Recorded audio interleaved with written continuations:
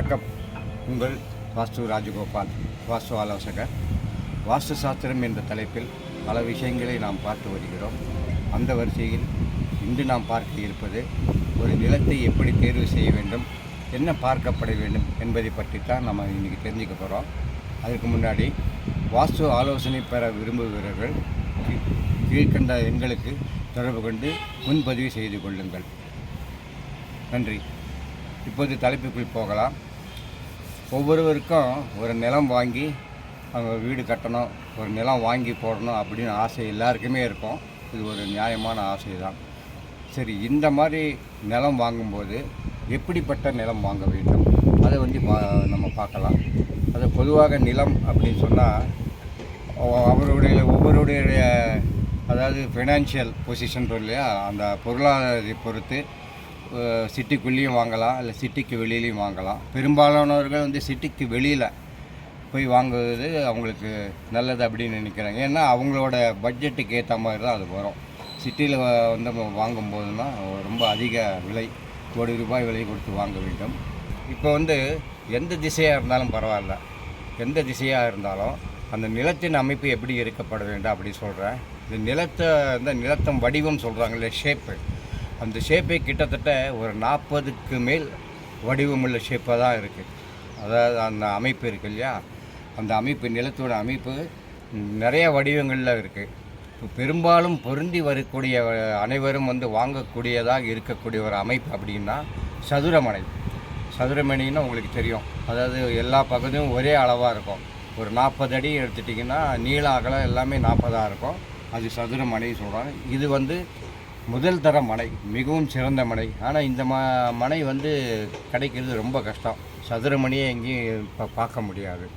ரெண்டாவதாக நாம் பார்க்க இருப்பது செவ்வக மனை, ரெக்டாங்கிள் ஷேப் அப்படின்னு சொல்கிறோம். அது அப்படின்னா ஒரு 60 அடி இருந்தால் 30 அடி அகலம் இருக்கும். அந்த மாதிரி மனை. இந்த மனையில் நிலத்தில் முக்கியமாக 4 மூலையும் சொல்கிறோம் இல்லையா, வடகிழக்கு, கிழக்கு, தென்கிழக்கு, தென்மேற்கு, வடமேற்கு. இந்த 4 மூலையும் ஒரே நேர்கோட்டில் இருக்கணும், கரெக்டாக இருக்கணும். அது செவ்வகமானாலும் சரி, சதுர மனையாக இருந்தாலும் சரி, 4 மூலையிலும் நேராக இருக்கணும். ஏதோ ஒரு பகுதி நீண்டு குறுகி இல்லை உள்ளே போய் திரும்ப விரிவடைதல் இந்த மாதிரி இல்லாமல் பார்த்துக்கணும். அதுதான் நீங்கள் வாஸ்து முக்கியமாக பார்க்கப்பட வேண்டியது. திசை எப்படி வேணால் வச்சுங்க, வடக்காக இருந்தாலும் சரி, கிழக்கு, தெற்கு, மேற்கு, எந்த திசையாக இருந்தாலும் இந்த அமைப்பு எல்லாத்துக்குமே பொது விதி. இது நிலம் வாங்கும்போது பார்க்கணும். ரெண்டாவது, நிலத்தில் இந்த மூளையெல்லாம் வெட்டுப்பட்ட பகுதியெல்லாம் இருக்குல்ல, அதை வாங்காமல் இருப்பது நல்லது அப்படின்னு ஒன்று இருக்குது. அது மாதிரி பார்க்கணும். அதே மாதிரி தெருக்கூத்து மனையும் சொல்கிறாங்க இல்லையா, ஒரு 2 ரோடு சந்திக்கும் இடம், ஒரு ரோடு முடியும் இடம், அதுக்கு நேராக அந்த மனையெல்லாம் இருக்கும், பிளாட் இருக்கும். இந்த மாதிரி பிளாட் அமைப்பை தவிர்ப்பது நல்லது அப்படின்னு சொல்கிறேன். ரெண்டாவது, செவ்வக மனை வாங்கும்போது என்ன விதியை கடைபிடிக்கணும் அப்படின்னு சொன்னால், அதாவது நீளம் அகலம் 1:2, அதுக்கு மேல் இல்லாமல் மாதிரி பார்த்துக்கணும். 1:2 அப்படின்னு சொல்லுவாங்க. இப்போ 30 அடி அகலம்னா நீளம் 2 அடி, அதாவது 2 மடங்கு 60 அடி. ஸோ 1:2ங்கிற விதி கரெக்டாக வரும். சதுரமனைக்கு இந்த அமைப்பு தேவையில்லை, இந்த விதி தேவையில்லை. ஏன்னா எல்லாமே கரெக்டாக 40 இல்லை 60 அமைஞ்சிடும். அதை நீங்கள் பார்க்க வேண்டியதில்லை. பாம்பு மனை நீங்கள் யாரும் கேள்விப்பட்டிருக்க மாட்டீங்க. பாம்பு மனை என்ன அப்படின்னா, நீளம் நேரம் ரொம்ப பெருசாக இருக்கும், அகலம் குறுகி இருக்கும். உதாரணத்துக்கு 100 அடி நீளம் இருந்துன்னு 20 அடி அகலம் இருந்ததுன்னா இது பாம்பு மனைனாங்க. இதுவும் அவ்வளோ சிறப்பை தராது.